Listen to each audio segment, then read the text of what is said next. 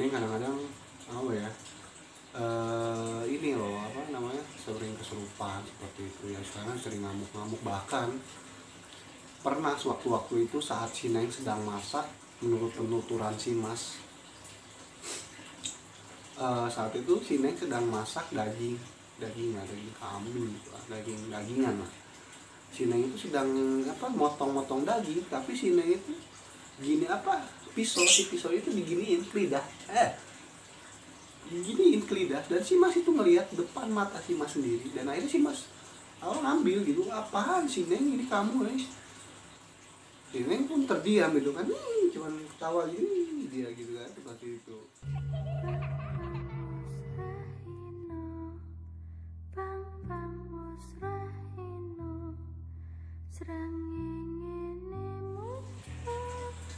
Satu cerita dari rekan saya, ini pengalaman pribadi yang dia alami. Kurang lebih itu sekitar 3 tahun, jalan 3 tahun dia alami. Ini kejadian yang sangat aneh sekali. Dan kejadian ini terkait dengan ilmu sihir, ilmu santet dan sejenisnya. Ya, kita awali saja dengan mulai cerita dari awal. Ya, kejadian mula tersebut berawal pada tahun 2018. Saat itu si Neng, kita sebut saja rekan saya si Neng, dan suaminya itu si Mas. Ya, 2018 itu mereka masih belum nikah kan, tapi untuk apa, mereka itu sudah mau menikah lah. Ya, kita kembali ke cerita kembali. Pada saat itu si Neng mengalami kejadian yang sangat aneh. Kurang lebih itu sekitar seminggu atau seminggu 2 minggu 2 minggu sebelum acara pernikahan tersebut, si Neng mengalami kejadian yang aneh, dan si Mas pun mengalami kejadian aneh. Kita coba ceritakan dulu kejadian yang dialami oleh si Neng. Kejadian yang dialami oleh si Neng tersebut, ya, dia merasakan tenggorokannya itu merasakan panas sekali tenggorokannya. Entah kenapa tenggorokannya dia itu sangat terasa panas, seperti panas dalam bukan, tapi lebih dari itu panasnya gitu, seperti ya istilahnya orang kebakar gimana sih, habis makan pedes gitu kan, tapi lebih dari itu sakitnya, apa rasanya. Dan si Neng pun ya istilahnya mencoba minum obat seadanya, obat herbal dan obat warung gitu kan, sampai minum air putih sering gitu kan ya, tapi rasanya itu masih terjadi gitu kan, sampai gatal gitu. Soalnya tenggorokan si Neng itu terasa gatal sekali. Dan akhirnya si Neng pun untuk memutuskan untuk berobat, istilahnya ke mantri waktu itu di kampungnya. Dan coba si Neng untuk berobat, ya kata mantri tersebut mungkin ini sakit biasa gitu kan, sakit ya istilahnya lagi musimnya gitu kan. Ya mungkin si Neng waktu itu tidak berpikiran macam-macam, ya mungkin ini sakit medis kan ya. Waktu itu kan emang istilahnya si Neng masih polos lah, nggak berpikir ini itu lah sama kemarin. Dan waktu itu kejadian aneh pun dialami oleh si Mas ya. Si Mas tersebut mengalami hal yang aneh tetapi berbeda dengan si Neng. Saat itu si Mas merasakan sangat gatal sekali ya, sangat gatal terhadap lengan kanan kiri. Ya, kejadian tersebut berlangsung sampai setelah pernikahan dan setelah mereka menikah dan pindah ke salah satu kota tempat si Mas tinggal gitu. Nggak usah saya mungkin ya, ada salah satu kota lah di Pulau Jawa gitu. Dan kejadian tersebut sampai pas hari pernikahan pun si Mas itu mengalami gatal pada lengannya gitu kan, gatal-gatal yang sangat gatal sekali gitu kan. Cuman karena emang tidak terlalu dirasa itu oleh si Mas, ya si Mas mungkin oh ya biasa aja lah gitu kan, tapi emang sedikit banyaknya agak mengganggu aktivitas si Mas tersebut. Dan rasa gatal tersebut itu apa terjadi sangat hebat pada saat setelah mereka memutuskan untuk tinggal di kota tempat tinggal si Mas tersebut. Ya, di rumah tinggal, tepatnya tinggal di rumahnya si Mas tersebut, bukan rumah orang tuanya. Dan setelah itu si Mas ya sampai gatel, sampai akhirnya si Neng pun istilahnya kasih perban di tangannya ini supaya tidak terlalu gatel, sampai digaruk tuh lecet gitu kan, sampai berdarah. Kayaknya nggak usah ya, si Neng dikasih perban tangannya itu supaya tidak mengganggu aktivitasnya si Mas tersebut. Dan setelah itu si Nengnya setelah pindah tersebut, si Neng tidak mengalami setelah pernikahan lah utamanya, setelah pernikahan si Neng tidak mengalami sakit yang aneh tersebut, istilah tenggorokan gatal dan punya itu. Si Neng akhirnya sembuh dengan sendirinya itu sakit. Dan setelah itu pun si Masnya sakit gatalnya itu sembuh dengan sendirinya. Dan mereka pun misalnya telah berobat sana ke dokter, karena emang mungkin dari diagnosa dokter ini hanya alergi atau apa seperti itu. Dan singkat cerita lagi, setelah kejadian itu mereka itu masih tinggal asalnya kan tinggal di rumah orang tuanya si Mas, tapi karena emang mereka istilahnya pengen hidup berdua gitu kan ya, akhirnya mereka memutuskan untuk pindah dari rumah orang tua si Mas tersebut ke kontrakan gitu ya, kontrakan sekitar situ juga gitu, sekitar rumah orang tua si Mas. Ya setelah mereka tinggal di kontrakan, mereka banyak mengalami hal yang aneh ya, terutama yang sering mengalami hal yang anehnya tersebut ya si Neng ya, karena emang si Neng itu yang jadi target utama dari gangguan ilmu tersebut. Ya singkat cerita kembali, si Neng setiap hari itu mengalami hal-hal yang aneh, seperti sekelibat gitu, udah sering lah kayak sekelibat terus kayak suara di dalam kuping, suara orang seperti itulah kurang lebihnya, seperti orang bersun sanda gurau gitu, sering sekali itu, hampir tiap hari, bahkan hampir tiap malam itu si Neng sering mendengar seperti itu. Dan pada akhirnya kejadian puncaknya itu ya, si Neng kan waktu itu salah usaha di bidang, salah satu usaha gitu, tidak usah saya sebutkan usahanya. Saat itu pagi lah, kurang lebih itu pagi, saat si Neng sedang ingin mengantarkan pesanan dari yang pesan tersebut, tiba-tiba si Neng itu tidak bisa ngomong, jadi seperti dibuat gagu. Padahal dia sebelumnya tidak merasakan sakit apapun, dan sakit gagu itu pun tiba-tiba saja terjadi pada sini. Ya, sakit tersebut memang sangat aneh sekali. Ya, saat itu si Neng dan si Mas tidak berpikir macam-macam, mungkin ini si Neng sakit medis kali ya gitu kan. Ya akhirnya mereka berobatlah ke dokter gitu kan. Setelah itu berobat ke dokter, dan menurut dokter ini tidak sakit apa-apa gitu kan, si Neng sehat walafiat gitu kan.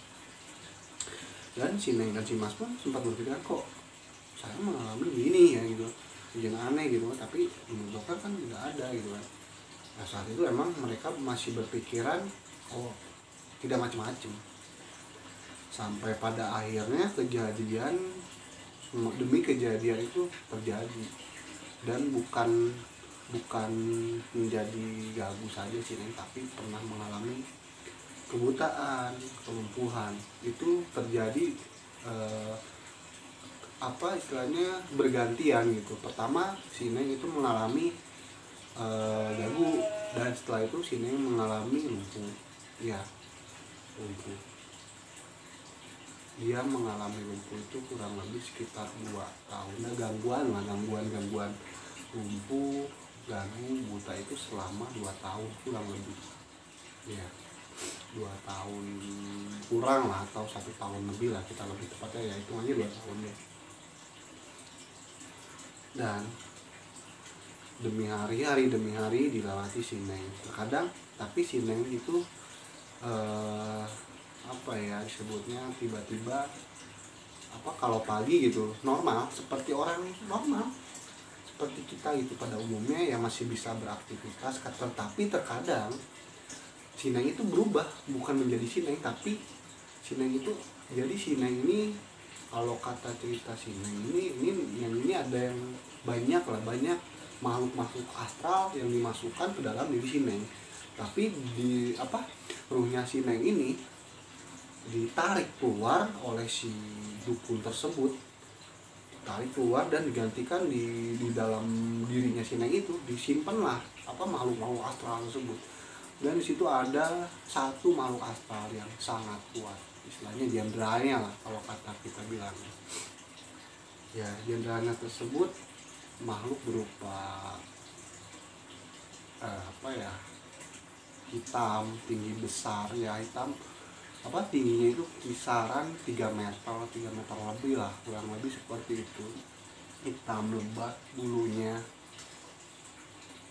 ya seperti itu. Yang mungkin kalian juga bisa menyimpulkan itu sosok dari apa gitu kan. Dan sosok tangan kanannya ini yang lebih sering interaksi si Neng ini adalah sosok perempuan. Ya sosok perempuan ini yang paling vokal, istilahnya bahasa kita mah ini apa juru bicaranya dari si sosok pertama tersebut, sosok utamanya. Ya sosok tersebut apa kalau menurut penuturan si Neng tersebut, sosoknya itu wanita dan dia berlogat agak Betawi lah, bukan agak Betawi lebih tepatnya, logat Betawi, karena waktu itu si Neng pun memang tidak bisa bahasa Betawi ya, nggak ada cengkok-cengkoknya lah, dia emang orang istilahnya orang yang nggak bisa bahasa Betawi itu, dia orang asli asli Jawa Barat gitu kan. Dia tidak ada cerita apa, tidak bisa logat tersebut, tahu saya sih seperti itu. Dan waktu itu si Neng menuturkan saat sering lah si Neng tiba-tiba itu apa namanya, tiba-tiba berbicara dengan bahasa Betawi dan lain-lain gitu, ataupun menurut si Neng itu tiba-tiba si Neng kadang-kadang apa ya, ini loh apa namanya, sering kesurupan seperti itu ya, sekarang sering ngamuk-ngamuk. Bahkan pernah sewaktu-waktu itu saat si Neng sedang masak, menurut penuturan si Mas, saat itu si Neng sedang masak daging kambing gitu, dagingan lah. Si Neng itu sedang apa motong daging, tapi si Neng itu gini apa pisau itu diginiin ke lidah, diginiin ke lidah, dan si Mas itu ngelihat depan mata si Mas sendiri. Dan akhirnya si Mas ngambil gitu, apaan si Neng ini kamu si Neng pun terdiam gitu kan, cuman ketawa gini dia gitu kan, seperti itu ya. Itu beberapa satu kejadian aneh. Dan saat itu juga emang banyak sih kejadiannya yang paling vokal ya, yang menurut si Mas itu yang paling dia jelas itu melihat seperti itu sih, saat si Neng menggigit-gigitkan apa pisau ke lidahnya gitu seperti itu. Dan setelah itu kejadian demi kejadian pun sering terjadi, dan sampai waktu itu si Neng itu tidak bisa tidur selama kurang lebih sekitar 1 tahun jalan 2 tahun lah, sampai kadang-kadang si Mas itu membacakan ayat suci Al-Quran sebelum si Neng sebelum tidur gitu kan. Tapi tetap saja si Neng itu tidak bisa tidur, jadi seperti ada yang berbisik di telinga gitu kan, seperti itu. Dan kadang-kadang kalau si Neng sedang jadi gitu kan, jadi ya bukan dalam diri si Neng ya, istilahnya yang sedang memasuki diri si Neng itu apa interaksi gitu kan, itu si Mas kadang-kadang sampai digigit, dicakar gitu kan. Jadi istilahnya ingin mencelakakan si Mas juga. Ini dolim sekali ini perbuatan, ya Allah ya Rabbi, dolim sekali ini orang yang berbuat jahatnya tersebut kepada si Neng dan si Mas. Ya sampai seperti itulah singkat cerita kembali si Neng tersebut ya. Akhirnya kita kembali ke cerita setelah bertemu dengan ustadznya tersebut. Setelah bertemu dengan ustadz tersebut ya, istilahnya kan si Neng dari temannya tersebut dapat referensi untuk mengobati dirinya si Neng dari ustadz di kampungnya tersebut. Ya sampai akhirnya ustadznya tersebut meluncur ke tempat si Neng, ke rumahnya kembali ya. Dan di situ si ustadznya pun istilahnya membacakan ayat suci Al-Quran untuk ruqyah lah, kalau ini mah kita di ruqyah gitu kan, melakukan penarikan. Dan di situ pun si Neng istilahnya apa ya namanya, ngamuk gitu kan, tapi bukan si Neng yang masuknya. Si Neng itu udah harunya si Neng itu udah nggak ada di dalam dirinya gitu kan. Jadi yang di dalamnya, di tubuh si Neng itu bukan si Neng, tapi melainkan makhluk yang dimasukkan oleh dukun itu. Jadi yang terjadi si Neng ini ada 3 dukun. Ya dukunnya ya kita nggak usah sebutin lah daerah mananya ya. Sebenarnya masih di Pulau Jawa juga itu 3 dukun, tetapi yang sangat kuat itu di dukun kedua ini. Dukun kedua yang sangat kuat. Ya karena emang istilahnya dia yang paling yang paling banyak memasukkan makhluk astral ke dalam dirinya tubuh si Neng. Ya seperti itu. Jadi setelah itu si Ustadz pun mencoba istilahnya melakukan ruqyah seperti itu. Dan si Ustadz pun berbicara kepada si Mas, Mas ini mah kayaknya harus ditarik deh. Kenapa? Kata si Mas kepada si Ustadznya. Ini soalnya si Neng ini dirinya bukan si Neng, ini udah orang. Dan setelah si Ustadz itu berbicara tersebut kepada si Mas, dan si Neng tuh ngamuk gitu kan, bahwa istilahnya kayak kerasukan gitu si Neng tuh istilahnya. Wah udah aneh lah kan. Waktu itu si Neng tidak menceritakan secara detail seperti apa, tapi istilahnya si Neng tuh kerasukan, istilahnya ngamuk lah seperti itu. Dan saat mencoba penarikan ya istilahnya si Neng dinormalkan kembali gitu kan, ya normal. Karena ustadz tersebut melakukan penarikan ruh si Neng. Dan ruh si Neng itu ternyata berada di salah satu meja di atasnya kuburan. Dan di ruang seperti bukan di ruangan hampa, jadi istilahnya ada kayak ruangan tapi bukan ruangan, jadi outdoor. Rasanya outdoor, tapi kayak tidak ada tidak ada malam hari gitu, tapi banyak kayak hutan gitu kan. Tapi si Neng itu disimpan di salah satu meja si Neng tiduran gitu. Di situ si Neng ada yang menjagainya. Itu sosok yang perempuan tadi dan sosok pertama tadi itu yang saya sebutkan tadi lah. Yaitu si Neng dijaga oleh kedua itu. Dan istilahnya saat proses penarikan tersebut pun ya sangat lama dan ya berat juga sih istilahnya. Kita singkat cerita kembali ya. Setelah melakukan penarikan tersebut ya akhirnya alhamdulillah ruh si Neng kembali ke dalam jasadnya si Neng gitu kan. Ya istilahnya ini sebenarnya berat juga, ini alhamdulillahnya belum terlalu jauh banget gitu, ini sebenarnya udah jauh. Kalau misalkan si Neng ya alhamdulillah gitu masih umurnya gitu, masih sama Allah masih dikasih jalan lah gitu kan. Alhamdulillah ya, kalau enggak ya Allah alam lah gitu kan. Namanya udah jauh ini ya bisa dikuasa mungkin si Neng ya Allah alam lah kedepannya, nggak tahu gimana kalau misalkan tidak diobati gitu. Ya alhamdulillah ketemulah dengan orang baik yaitu ustadz tersebut. Ya pada akhirnya setelah proses penarikan ruh si Neng tersebut ya alhamdulillah kan si ininya yang makhluk astral yang ada di dalam diri si Neng itu dikeluarkan gitu kan oleh ustadz tersebut, dikeluarkan. Dan si utamanya itu dua tokoh utamanya itu telah keluar gitu kan. Tapi sebelum keluar tersebut dia sering meminta aneh-aneh gitu kan kepada si Neng, kepada si Mas dan ustadz itu saya melakukan nego gitu kan. Tetapi oleh si ustadz itu jangan dikasih apa-apa gitu kan, nggak usah dikasih apa-apa, nggak usah diturutin. Soalnya kalau diturutin itu dia maunya, dia makin enak, dia dikasih makan gitu kan. Gitu. Sampai akhirnya kan waktu sedang diobati tersebut dia minta ayam hitam, domba hitam, macam-macam gitu kan, darah gitu. Cuman yang nggak dikasih, karena sampai akhirnya nggak dikasih, akhirnya minta kopi ini itu lah. Nah, hampir nggak dikasih juga, ya udah minta air putih gini habis ya, gila ini ya. Saking laparnya kali ya mungkin, nggak dikasih makan sama dukunnya. Seperti itu mungkin. Dan singkat cerita kembali, setelah proses tersebut berlangsung, akhirnya si Neng pun menjadi, kayaknya alhamdulillah perlahan menjadi normal karena emang sosok-sosok yang ada di dalam diri si Neng tersebut sudah dikeluarkan oleh ustaz tersebut. Ya alhamdulillah sampai sekarang si Neng pun telah kembali hidup normal kembali seperti asalnya. Alhamdulillah juga si Neng juga dengan kejadian ini bisa mendekatkan kembali dekat dengan Allah Subhanahu Wa Taala. Ya, istilahnya kan kemarin ya istilahnya apa ya masih belum terlalu dekat ya. Alhamdulillah sekarang lebih makin dekat kepada Allah dalam ibadahnya dan lainnya sebagainya gitu. Di balik kejadian tersebut emang ada hikmahnya gitu kan, supaya si Neng lebih mendekatkan diri lagi kepada Allah Subhanahu Wa Taala. Cuman kan setiap manusia itu berbeda gitu kan untuk mendekatkan jalannya kepada dirinya kepada Allah Subhanahu Wa Taala gitu kan. Ada yang melalui kejadian seperti si Neng tersebut dan lainnya gitu kan.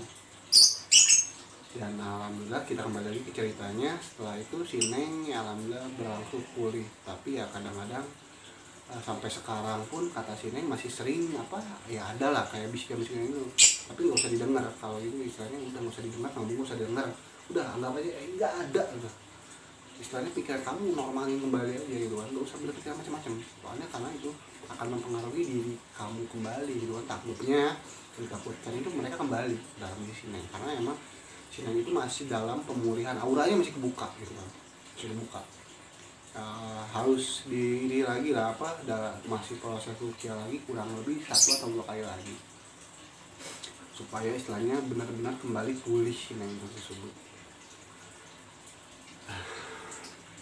Ya singkat cerita kembali dan alhamdulillah si Neng pun sekarang ya alhamdulillah udah normal gitu kan ya. Saya pun turut berbahagia dan saya pun sempat mendengar kabar tersebut, saya sempat tidak percaya juga, tapi setelah saya kesana langsung gitu ya, saya mendengarkan ceritanya dari si Neng tersebut dan si Mas, ya akhirnya saya percaya juga. Ya ini kejadian yang sangat sebenarnya menyakiti hati juga gitu kan. Ini kerja perbuatan orang zolim gitu kan, yang nggak ada nyali gitu, ngapain sih pakai begitu kan. Kayaknya ini orang udah syirik gitu, orang udah syirik, namanya orang udah sakit hati atau apa kan, orang kadang bisa gelap ya dalam mata, dia tidak bisa melalui di depan, kadang dia di belakang lewat apa dukun ilmu santet dan lainnya gitu kan. Yang kita ambil hikmahnya dari kejadian ini yaitu